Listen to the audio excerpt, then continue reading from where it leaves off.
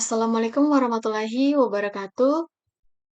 Sebelum saya masuk pada tahap perkenalan diri, saya akan menjelaskan dulu terkait dengan video ini. Saya membuatnya untuk memenuhi tugas ujian akhir semester mata kuliah pemrosesan data terdistribusi.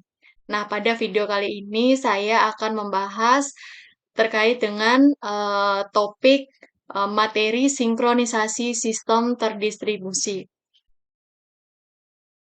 Nah, selanjutnya saya akan memperkenalkan diri.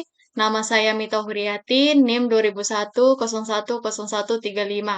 Prodi Ilmu Komputer Fakultas Teknik Universitas Bumigora.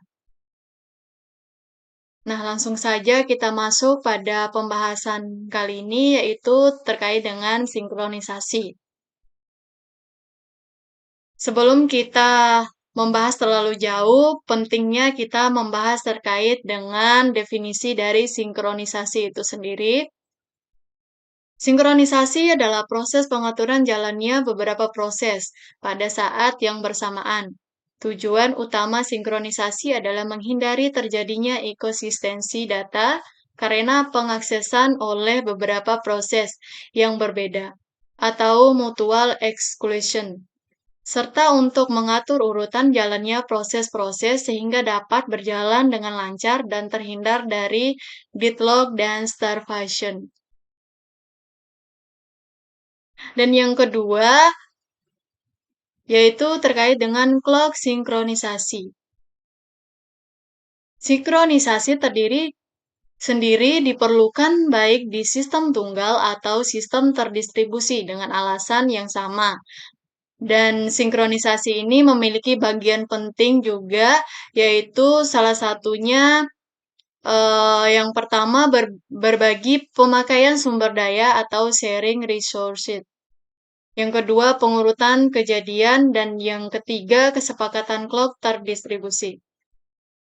Algoritma untuk sinkronisasi dalam sistem terdistribusi memiliki beberapa sifat, dan diantaranya yang pertama yaitu informasi yang relevan terdistribusi di beberapa komputer, dan yang kedua, keputusan pembuatan proses hanya berdasarkan informasi lokal, dan yang ketiga, kegagalan event dengan penyebab tunggal di dalam sistem harus dihindarkan. Dan yang keempat, tidak tersedianya clock atau sumber waktu global yang akurat. Penggunaan clock sinkronisasi yang pertama yaitu at most once message delivery. Setiap pesan membawa pengenal koneksi dan timestamp. Untuk setiap koneksi, server menyimpan timestamp terbaru ke dalam tabel. Bila ada pesan masuk dengan timestamp yang lebih lama daripada timestamp yang disimpan, maka pesan-pesan tersebut akan ditolak dan dianggap sebagai duplikat. Yang kedua, konsistensi fase berbasis clock. Bila dua komputer memodifikasi file secara bersamaan, berpotensi menyebabkan inkonsistensi. Ide dasarnya, bila klien menginginkan sebuah file list, akan diberikan untuk menentukan beberapa lama kopi tersebut valid. Bila list sudah hampir habis berlakunya, fase dari kopi tersebut tidak akan digunakan dan klien dapat meminta untuk memperbaharuinya. Dan untuk pembahasan yang ketiga yaitu logical clock. Boleh dikatakan semua komputer memiliki rangkaian pencatat waktu, walaupun penggunaan kata clock sudah meluas. Kata yang lebih tepat adalah time untuk merujuk komponen dari rangkaian tersebut. Time ini menggunakan kristal quartz sebagai sumber frekuensinya. Yang pertama yaitu Lamport timestamp. Menurut Lamport, sinkronisasi clock tidak harus dilakukan dengan nilai mutlak clock-nya. Karena yang diperlukan dalam sinkronisasi proses-proses adalah urutan proses tersebut. Jadi yang dipentingkan adalah konsistensi internal clock. Bukan apakah clock tersebut harus sama persis dengan waktu real clock. Jenis ini biasanya disebut dengan clock logika. Pengurutan peristiwa, sejumlah problem yang penting akan terpecahkan bila pengurutan peristiwa yang jelas dapat dibuat, bahkan bila waktu realnya tidak diketahui. Untuk mensinkronkan clock logika Lamport mendefinisikan relasi yang disebut dengan happy need before. Dan yang keempat adalah global state. Ketika jumlah node dalam sebuah sistem terdistribusi berkembang, menjadi semakin sulit bagi setiap node untuk melacak orang lain. Pengetahuan tersebut penting untuk melaksanakan algoritma terdistribusi, seperti routing, multicasting, data penempatan, mencari, dan sebagainya. Dan yang kelima yaitu pembahasan terkait dengan algoritma pemilihan.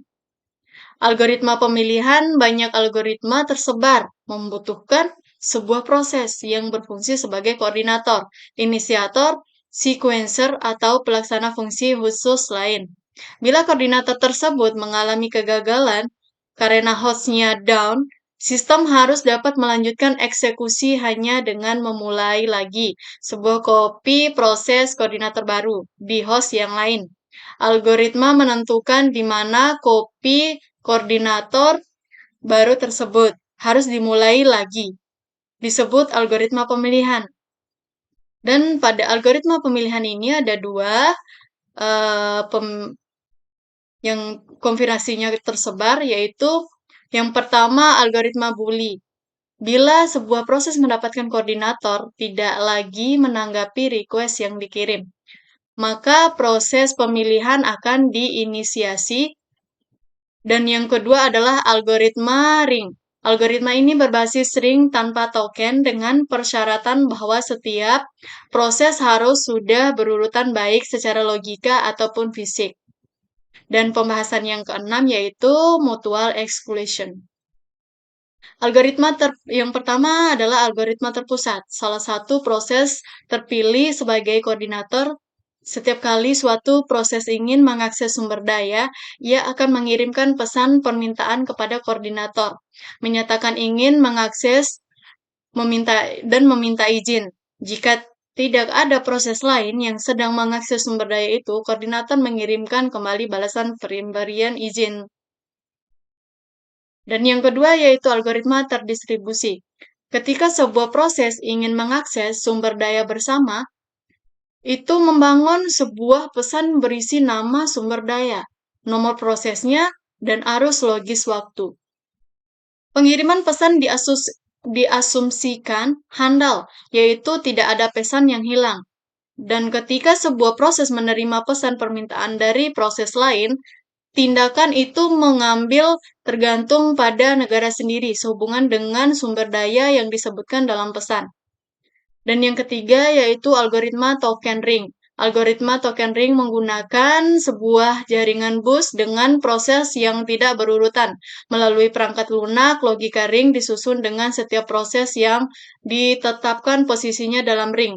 Posisi ring dapat ditentukan dengan menggunakan urutan nomor alamat jaringan atau dengan cara lain.